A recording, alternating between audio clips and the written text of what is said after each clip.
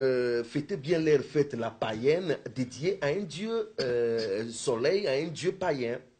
Maintenant, l'empereur Constantin Ier, lorsqu'il va se convertir dans le christianisme, il va entraîner avec lui la conversion de tout l'empire romain.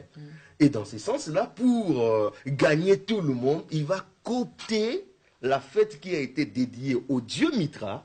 Eh bien, on cherche un verset où on dit Jésus-Christ est le soleil de la justice. On dit, bon, voilà, à partir d'aujourd'hui, ça ne sera plus dédié au dieu Mitra, ça sera maintenant dédié au soleil. Donc, on a changé la couleur de la voiture, mais la voiture est restée la même voiture. C'est pour cela, comme les Romains fêtaient cette fête-là avec faste, avec des banquets, des réjouissances, des orgies sexuelles, des plaisirs de la chair, eh bien, quand cette fête est passée dans la chrétienté, l'esprit qui accompagnait la fête est resté le même. Donc, Jésus-Christ, déjà à la base, n'est même pas né ce 25 décembre en question. Donc, vous voyez, première hérésie, c'est-à-dire première fausse doctrine, mensonge qui est introduit au mois de décembre. Deuxième fête, Saint-Sylvestre.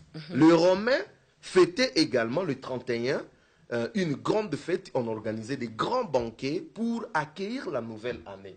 Et on dit souvent, plus la fête était grande, plus il y avait beaucoup de mets, cela veut dire que vous avez plus de chances d'avoir une année beaucoup plus fertile.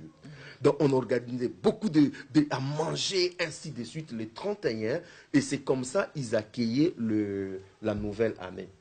Et malheureusement, il s'est fait que le 33e pape catholique, le pape Sylvestre, était mort le 31 au 4e siècle. Alors, pour célébrer ces papes dont on avait canonisé, il était devenu saint, sa mort, le 31 décembre, alors les catholiques ont fêtent maintenant la fête de Saint-Sylvestre, ce qui n'a rien à voir avec la parole de Dieu. Et nous tous maintenant, nous avons érigé cela à des principes bibliques. Vous voyez?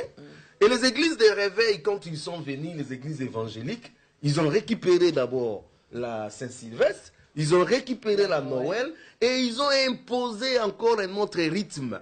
C'est-à-dire, il y a des démons qui vous entourent, qui bloquent votre bénédiction.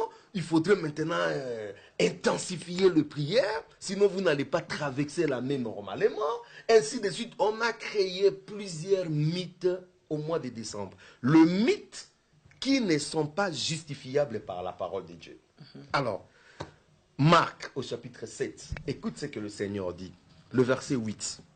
Vous abandonnez les commandements de Dieu et vous observez la tradition des hommes, le verset 13. Annihilant ainsi la parole de Dieu par votre tradition que vous avez établie. En fait, ce que nous sommes en train de voir ici, quelle que soit la fête de Saint-Sylvestre, quelle que soit la fête de Noël, quelles que soient toutes ces pratiques que nous avons aujourd'hui, des veillées de prière qui commencent le premier, où les gens font des 31 jours de jeûne, où voilà, tout ça n'a rien à voir avec le fondement biblique. Ça n'a rien à voir. Donc voilà les origines, que ce soit historique ou hérésie, que nous avons aujourd'hui dans les églises. Et je peux vous dire que ça devient compliqué pour les maîtriser. D'autant plus que ces traditions des hommes ont pris la place de la parole. Et 1000 personnes aujourd'hui peuvent dire que non, ce n'est pas ça. Même moi, les gens qui sont en train de suivre, ils vont dire, mais ce messieurs, il vient d'où là avec sa théorie? Alors que c'est ça la parole. Il n'y a rien de fait de Saint-Sylvestre dans la parole de Dieu. Rien de tout ça. Et tout ça a apparu vers le 4e siècle.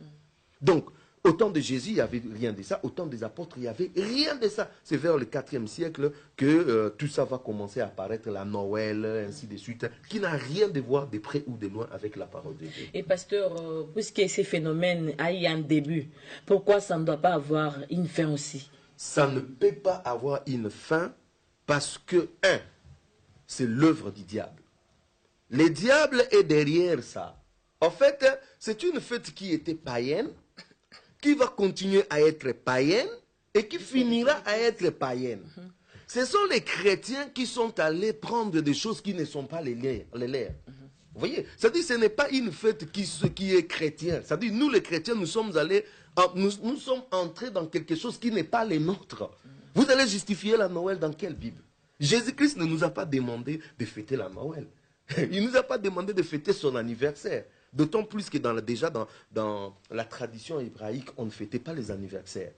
Quelques exceptions, vous voyez, 2, je crois, anniversaires dans la Bible, ça n'avait rien à voir avec les Hébreux, c'était le païen. Et puis les anniversaires tels que la Bible nous présente, ça finissait toujours mal.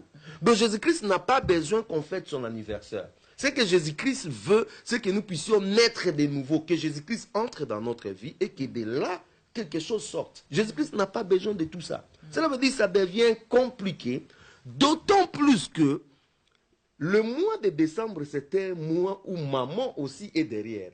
Donc, il y a l'idolâtrie. Il y a trop de dépenses. Voilà, il y a l'idolâtrie, parce que dans ce mois de décembre, le summum, c'est adorer les dieux Mitra, les dieux soleil, les jours de Noël. Nous n'adorons pas Jésus les jours de Noël.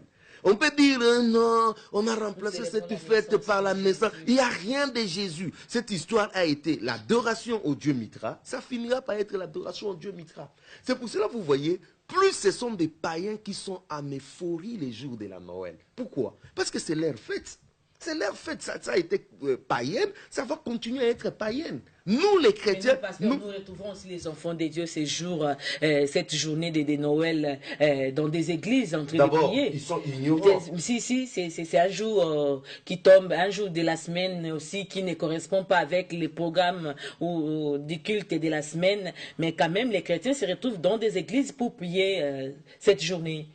Oui, je veux bien que les gens prient. Vous avez dit que c'est une fête païenne, ce sont plus les païens qui fêtent la Noël. Alors moi j'ai dit qu'il y a aussi des enfants de Dieu qui sont dans des églises cette journée de Noël. Je veux bien que les chrétiens prient, mais quand vous